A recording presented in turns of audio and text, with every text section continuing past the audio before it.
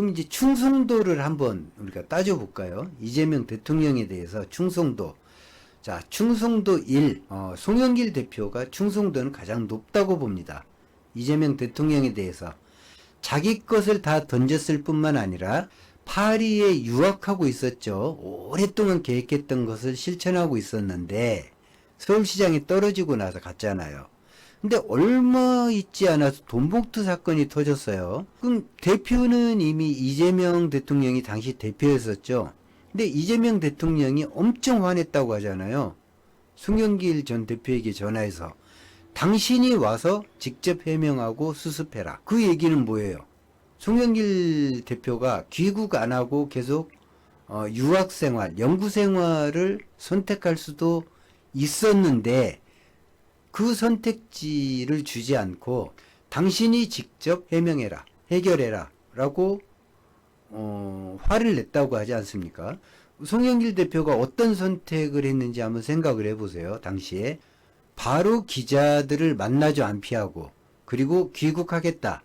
이 유학생활 정리하는데 2, 3일 정도 걸린다. 그리고 바로 귀국해서 나에게 맞닥뜨린 문제는 모두 내가 해결을 하겠다라고 했죠. 귀국해서 바로 탈당을 했고요. 그리고 개인 신분으로, 자연인으로 돌아갔죠.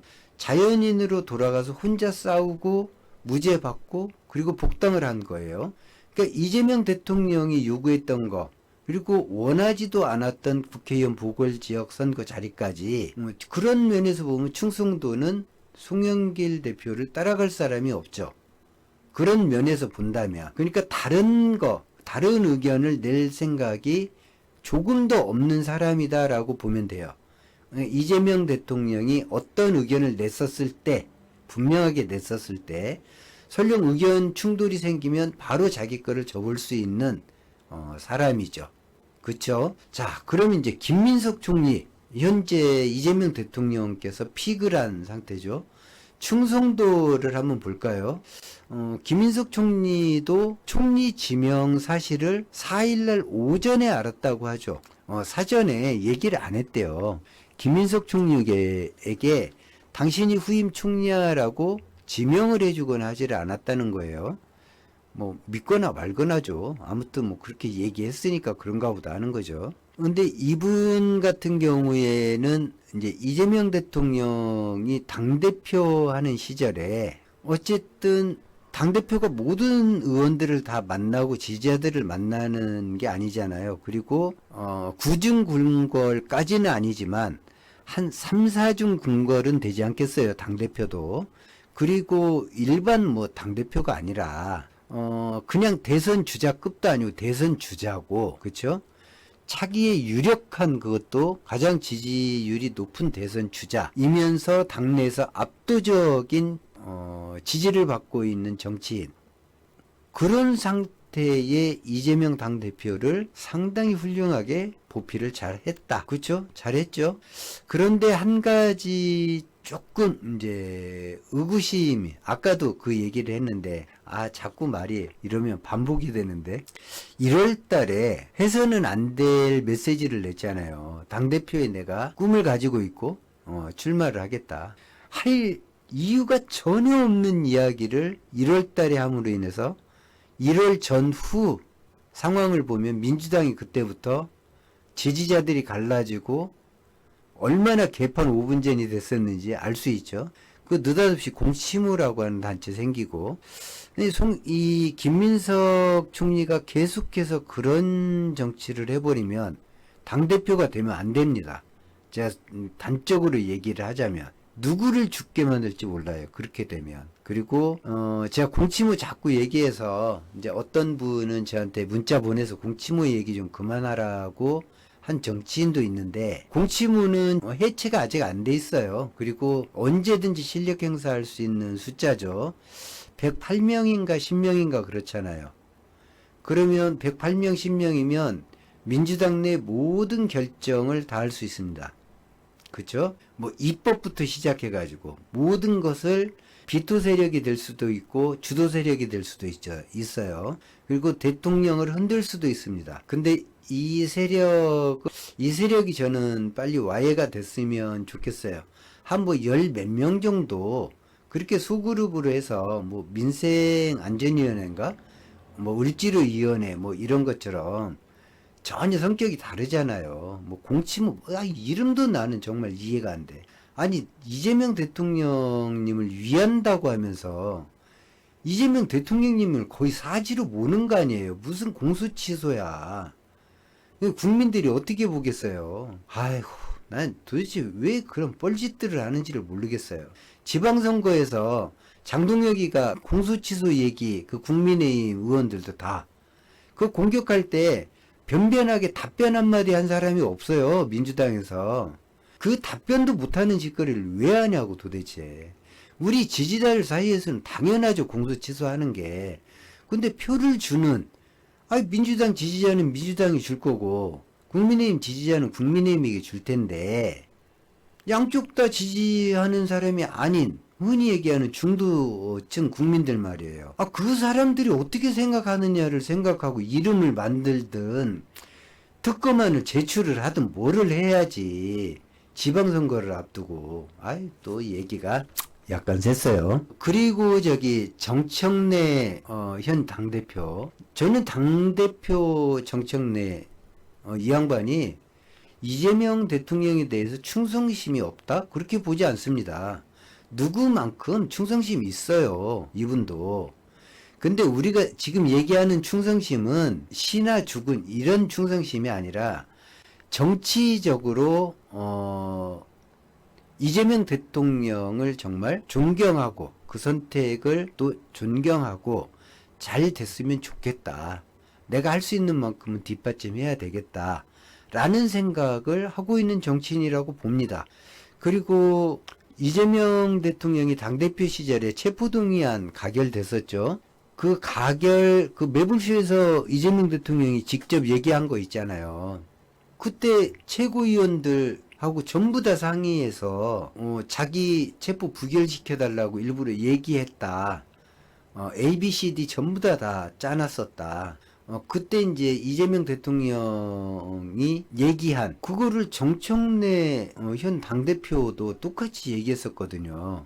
그러면서 옥중에서라도 결재를 해야 된다, 공천을 해야 된다 라는 얘기도 정청래 그때는 최고위원이죠.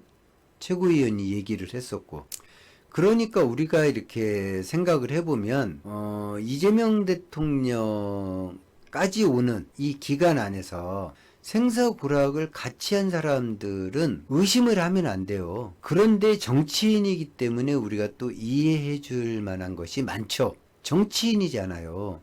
정치인은 권한에 대한, 이재명 대통령님 표현이에요. 권한에 대한 욕심이 있죠.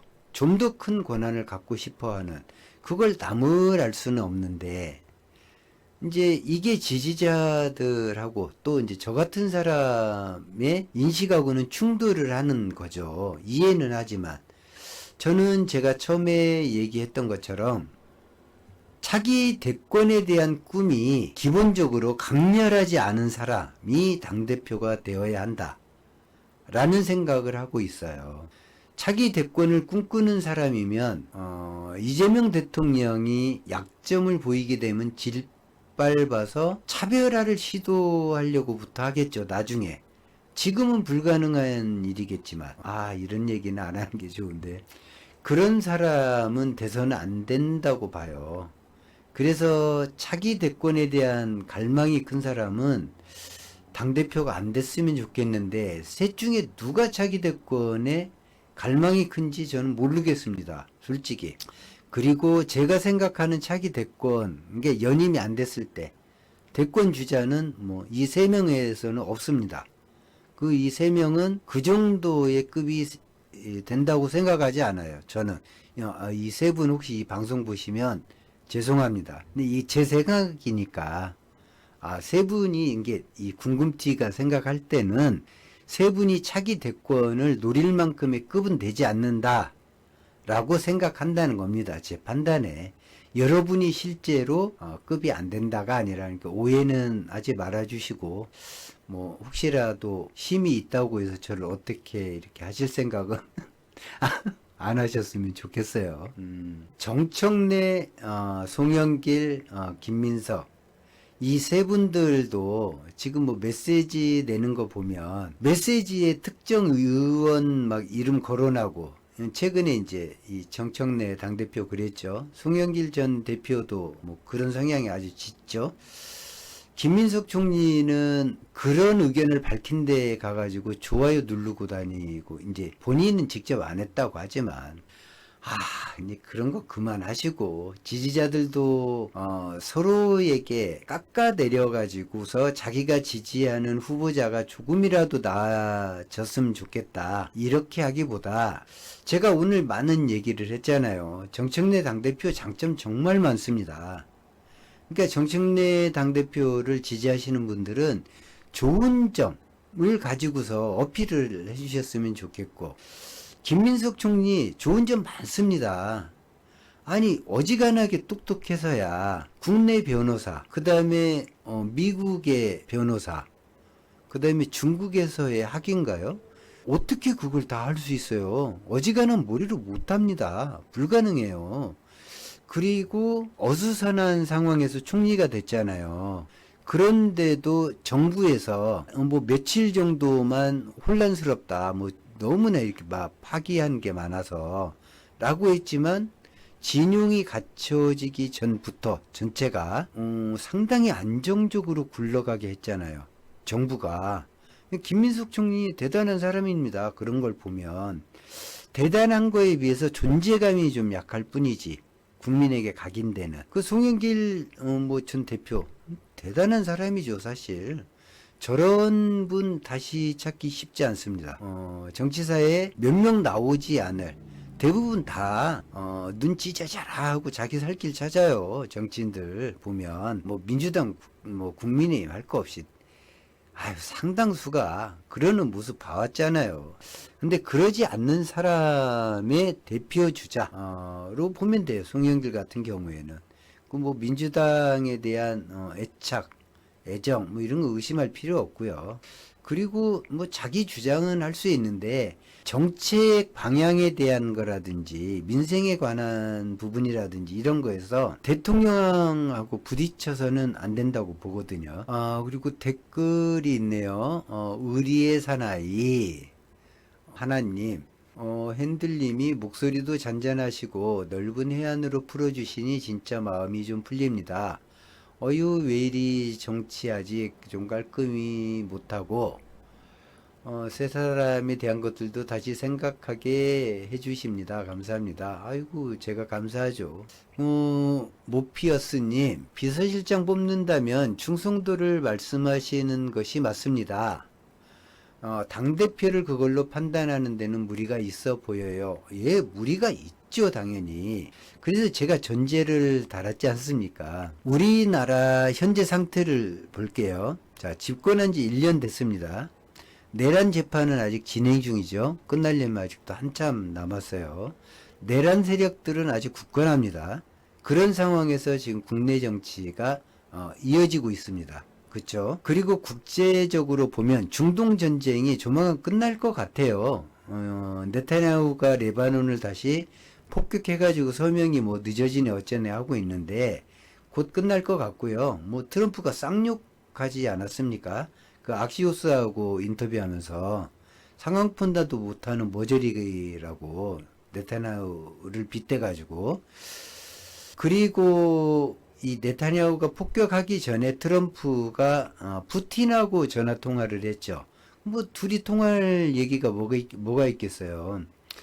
이 트럼프 입장에서는 중간 선거에서 어쨌든 승리하기까지는 어렵겠지만 패배의 크기를 줄여야 될 거 아니겠어요?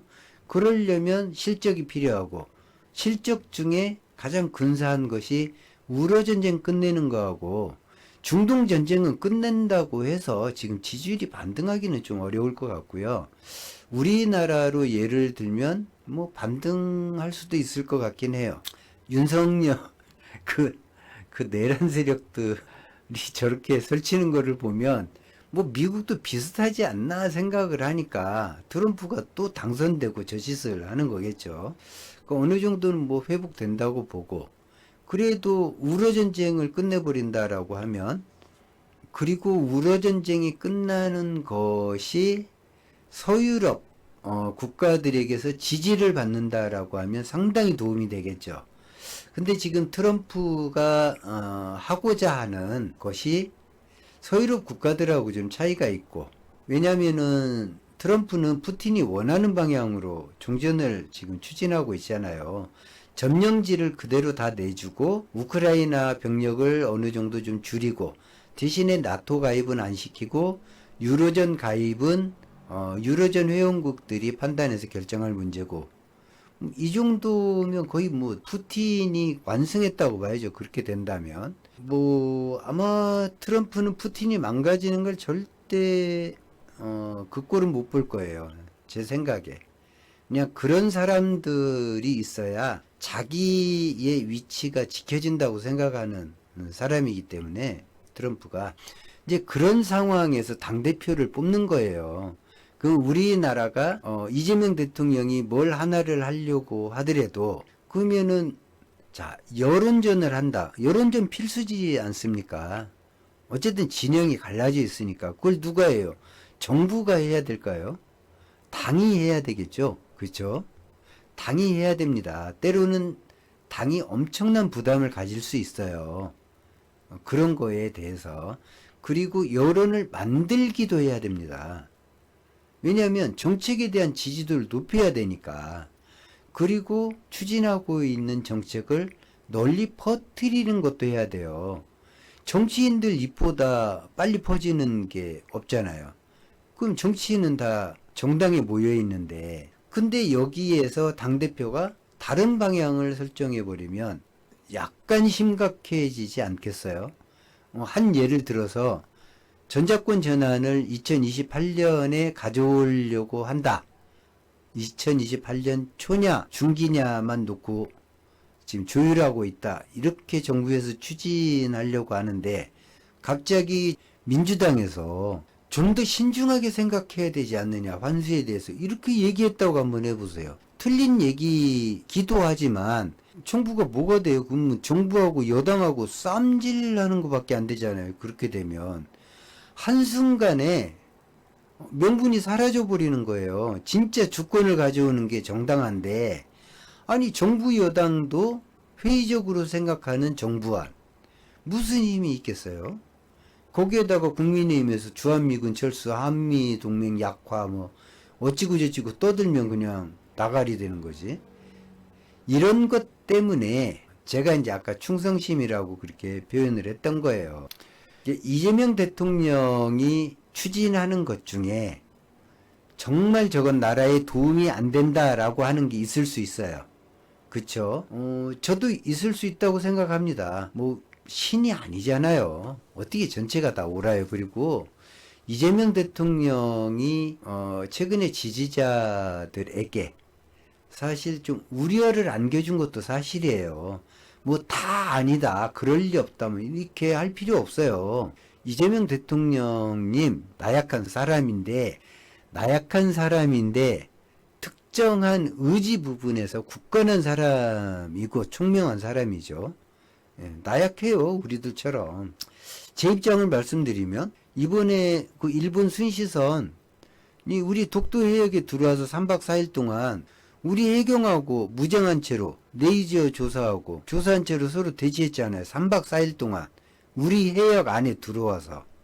근데 우리 해경이 뭐라 그랬어요? 간섭하지 말라. 일본 순시선은 뭐라 그랬어요? 해역을 떠나라. 일본 영토다. 우리 해역에서 일본 순시선은 저따위 말을 하는데 우리 해경은 간섭하지 말라. 우리는 국제법을 지키고 정당한 활동 중이다. 이게 도대체 이게 제 개인적인 의견이에요. 뭐 제가 이재명 대통령님 좋아하고 지지하는 사람이지만 주권 부분에서는요, 이리저리 살피고 한번 밀리면 부메랑이 돼서 돌아와요. 분명하지 않게 처신을 하면 상대국에서 나중에는 그게 당연한 거라고 생각을 한다고요. 아니 어떻게 무장한 순시선이 우리 해역에 들어와서 저따위 말을 할 수가 있어요? 한번 생각을 해보세요. 지금까지 그게 처음이겠습니까? 계속 그렇게 해왔는데 그걸 용인했으니까 또 발생한 거잖아요. 일본 순시선에 대한 그런 행태를 누가 만든 거예요? 물론 일본 배로 했으니까 지들이 결정했다 이렇게 얘기할 수 있겠지만 우리가 만든 거예요. 뭐 붙으면은 전쟁에서 진다. 해양 전쟁에서 진다. 이따위 생각을 왜 하냐고요. 아니 안 지킬 건 뭐하러 있어요. 해양경찰이나 해군이나 우리 군대가 그런 눈치를 보고 있으려면. 그리고 외교를 왜 생각해요. 군인들이 경찰이. 난 정말 답답해요. 그것도 대통령이 일일이 페이스북에다가 그 순시선 내보내라 이렇게 메시지를 줘야 그거 조치를 해야 됩니까? 이 의식 자체가. 근데 대통령도 그 뒤에 그에 대해서 언급을 안 했단 말이죠.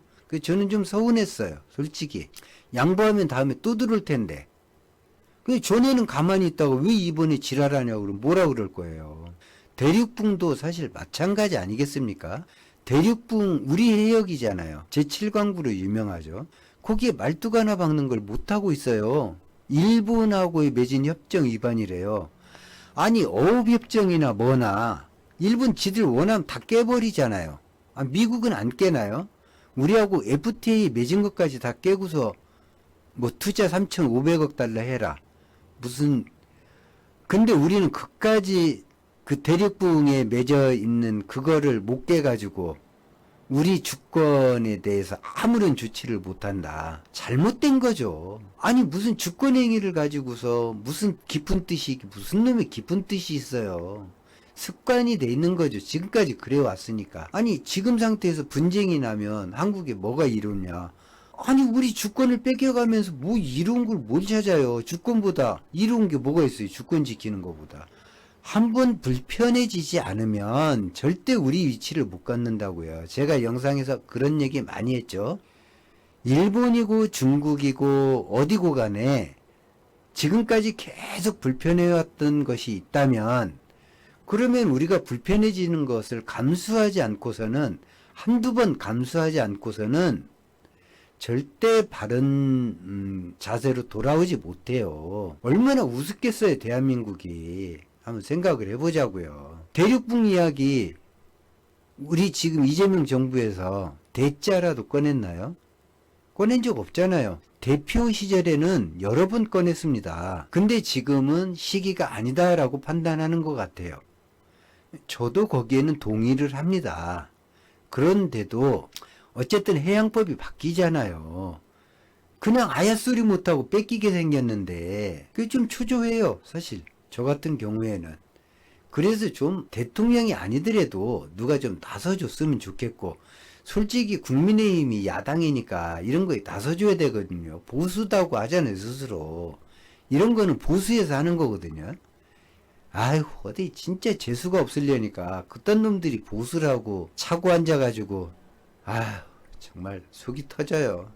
아무튼 이 당대표는 제가 생각하는 당대표가 있고 여러분이 생각하는 당대표에 대한 상이 있을 거예요. 근데 저는 앞으로 4년, 남은 4년도 이재명의 시간이어야 된다라는 이 기준에서 그렇다면 어떤 당대표가 뽑혀야 하는가에 대해서 오늘 얘기를 했고, 저는 정청래 현 당대표 좋아합니다. 송영길 전 당대표 좋아합니다. 아까 얘기 많이 했죠. 김민석 총리 좋아합니다. 근데 서로 왜 좋아하는지에 대한 이유는 달라요. 그것도 아까 말씀드렸어요. 그리고 최근에 와서 짜증나는 부분도 아까 말씀을 많이 드렸죠. 셋 다 졸라게 짜증나게 하는 부분이 있고요. 그럼에도 불구하고 저는 민주당의 매우 귀한 자산이라고 봐요. 그래서 지나치게 아주 그냥 몹쓸 이런 막 그런 상태로 매도하는 이런 공개적인 표현은 안 하셨으면 좋겠어요. 이게 서로에게 상처만 줘요.